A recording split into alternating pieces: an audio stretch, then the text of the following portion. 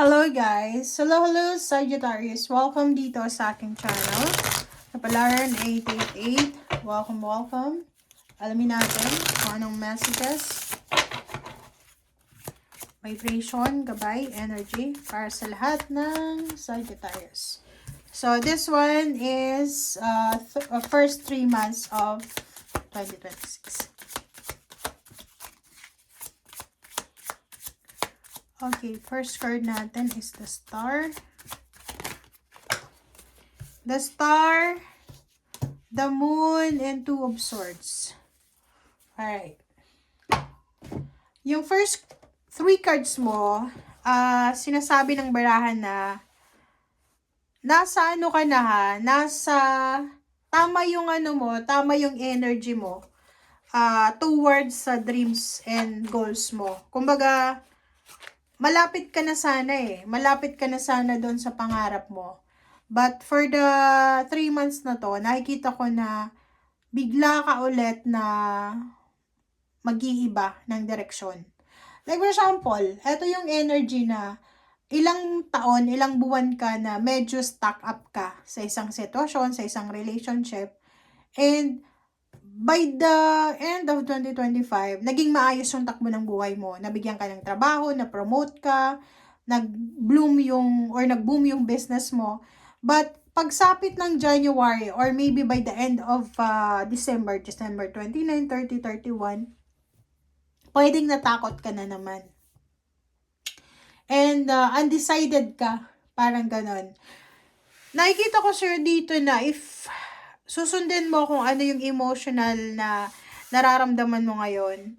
Kaya nga sabi ko sa'yo, di ba, for the past few readings natin na huwag mong isabay yung emotion mo sa career mo. Kasi eto, tingnan mo, abot kamay mo na yung pangarap mo pero pwedeng mawalan ka ng interest, mawalan ka ng drive, ng energy, kasi hindi ka sigurado. Parang ganun. Bakit ganun, guys?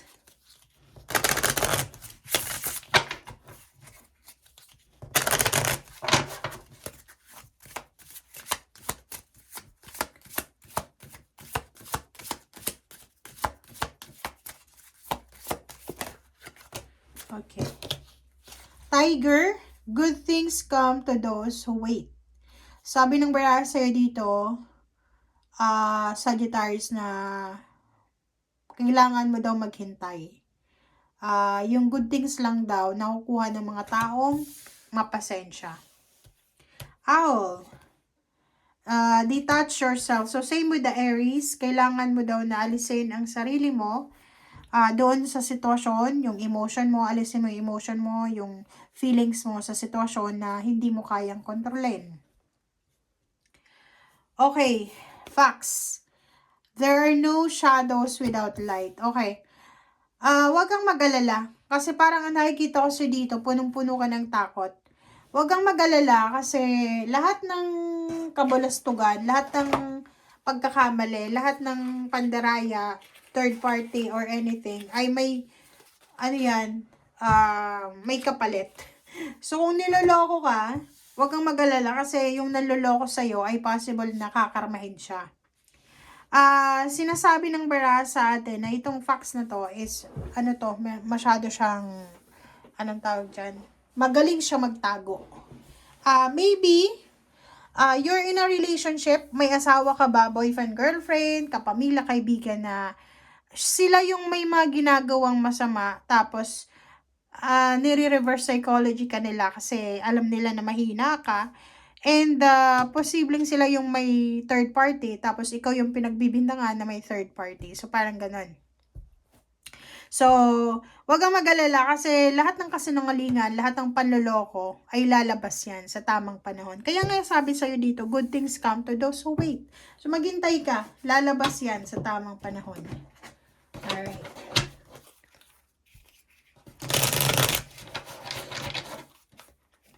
Sagittarius.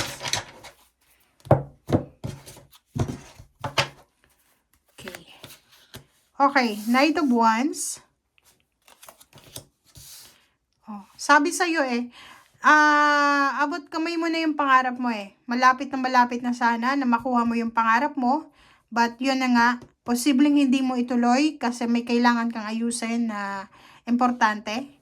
Sabi ng baraha sa'yo dito, huwag mo nga alisin yung excitement sa pangarap mo. Kumbaga, halimbawa lang, para to doon sa mga, Sagittarius na inilalatag na sa'yo ng universe yung blessings, pero ibabaliwala mo kasi may mas importante kang bibigyan ng focus. Ang sabi ng baraha sa'yo na, sabi sa'yo ng baraha, kailangan mo daw na kahit na isang tabi mo yung pangarap mo, make sure na wag mong kakalimutan siya. Kasi minsan tayo, di ba, may mga pangarap tayo na hindi natin nakukuha or inuuna natin yung obligasyon natin sa pamilya, and nakakalimutan na natin kung ano talaga yung gusto natin. So, sa'yo, sinasabi ng baraha na okay lang na ihang mo muna sa 3 months na to yung plano mo, as long as na after 3 months, balikan mo siya. Balikan mo yung plano mo. Okay?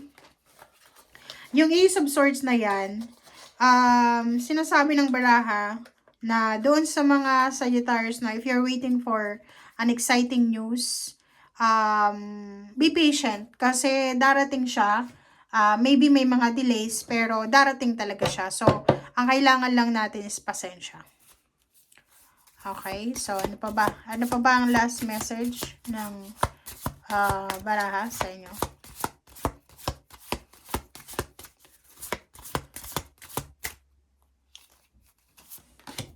Okay, enlighten, protection. Oh, 'di ba? Hindi ka dapat nagwo-worry. Okay? Walang rason para mag-alala. Sagittarius, are you worried para sa future mo? Kasi like for example, sa relationship to kung halimbawa nasa long distance relationship ka, tapos sinasabi sa'yo ng ibang tao na niloloko ka, pero wala ka namang proof. So, mahirap magbintang. So, sinasabi ng baraha, huwag kang mag-alala kasi there's a period of enlightenment and clarity. So, lalabas at ang totoo. Yung facts na to, tsaka enlighten, pareho lang yung message niya. There are no shadows without light. Walang baho na hindi naaamoy, 'di ba? Walang sekreto na hindi nabubunyag. Lalabas yung katotohanan, lalabas yung clarity. Protection, wag kang mag-alala. You are protected. You are safe. You're empowered. So, okay lang. Lokohin ka man, nakawan ka man, but the good karma is yours. And the bad karma ay papunta doon syempre sa mga tao na to na nanuloko sa'yo. Okay, so thank you guys for watching and see you again. Bye!